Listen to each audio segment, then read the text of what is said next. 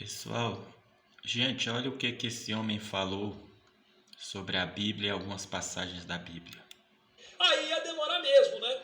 É uma teoria interessante, não é uma teoria, é uma hipótese interessante. Pode ser, pode ser. Mas pelo cônjuge bíblico você já vê que não faz o menor sentido, não é? Ok, depois que Moisés vai lá e mata a galera que estava adorando o bezerro e tudo mais, ele vai ter que pegar e voltar para o monte para que as tábuas sejam escritas novamente. Aí vem a pergunta: Deus não poderia simplesmente refazer as tábuas que haviam sido quebradas? Juntar os pedaços e fazer um milagre e retorná-las como estavam antes? Cara, se esse Deus não consegue nem restaurar tábuas de pedra, porque aqui fala tábua, eu sei que tábua de pedra é meio estranho, mas é o que está escrito, né? Mas pensa, se ele não consegue restaurar as pedras que estavam quebradas, como é que você acha que ele poderia ressuscitar você na ressurreição dos mortos, do julgamento final? Hã? Não consegue, não consegue, entendeu? Não consegue fazer isso nem com pedrinha. Você acha que ele vai fazer com os átomos? Não, jamais, não vai ter isso. Até porque ele não existe, mas se existisse, isso aqui fosse uma verdade, ele já seria, obviamente, totalmente limitado. Vamos prosseguir. Em Êxodo capítulo 34, versículo 1 diz assim, ó: Então disse o Senhor a Moisés: Lavra-te 2 tábuas de pedra como as primeiras, e eu escreverei nas tábuas as mesmas palavras que estavam nas primeiras tábuas que tu quebraste. E prepara-te para amanhã, para que subas pela manhã ao monte Sinai, e ali põe-te diante de mim no cume do monte. O cume é meu.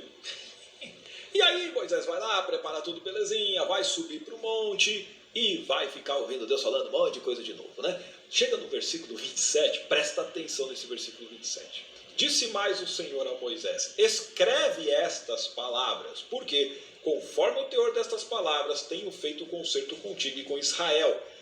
Escreve essas palavras, mas não era Deus que disse que eu escreverei as mesmas palavras agora há pouco? Não, ele falou para Moisés escrever. Mudou de ideia lá na hora. Por quê? Porque é analfabeto, não sabe escrever. E esteve Moisés ali com o Senhor 40 dias e 40 noites. De novo, cara, não comeu pão nem bebeu água. Coitado. E escreveu nas tábuas as palavras do concerto, os 10 mandamentos. Aqui, em Êxodo 34, está dizendo que foi Moisés que escreveu as tábuas dos 10 mandamentos. Tá bom. Aí em Deuteronômio, no capítulo 10, ele vai contar de novo essa história. Olha a contradição.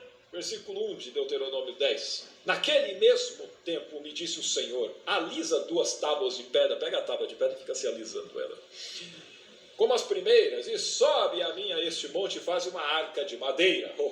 A arca de madeira já não está lá no capítulo 34. Apareceu aqui, já está acrescentando, né?